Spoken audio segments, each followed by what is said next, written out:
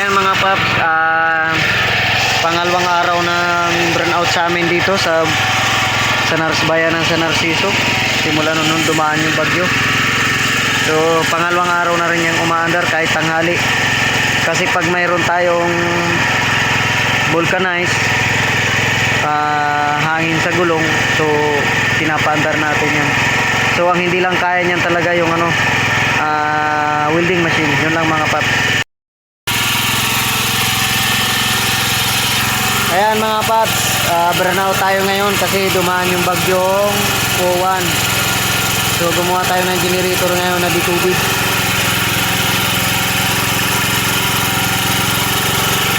Puro di tubig yan.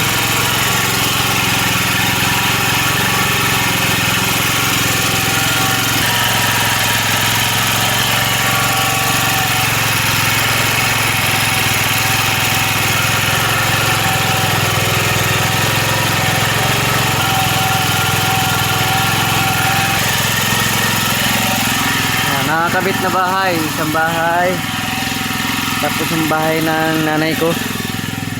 Ayan, tapos yung tindahan ko. Ayan, ang bahay ng nanay ko, dalawang ilaw,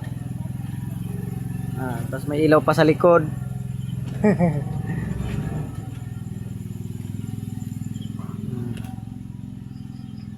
Pang YouTube.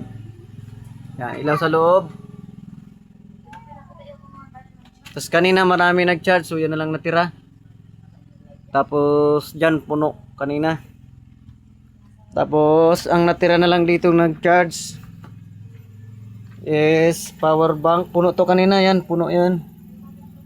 Tapos ito pa. Tapos puno din yan kanina, meron pa. So bukod pa yung mga naka-charge dun sa magulang ko, may mga naka-charge pa yon. Tapos meron tayo ditong automatic emergency light. Yan. Naka-charge din yan. Para pag namatay yung generator, mabubuhay lahat ng ilaw ng emergency light. Ito yung laman ng battery, ito yung charging. Ayan.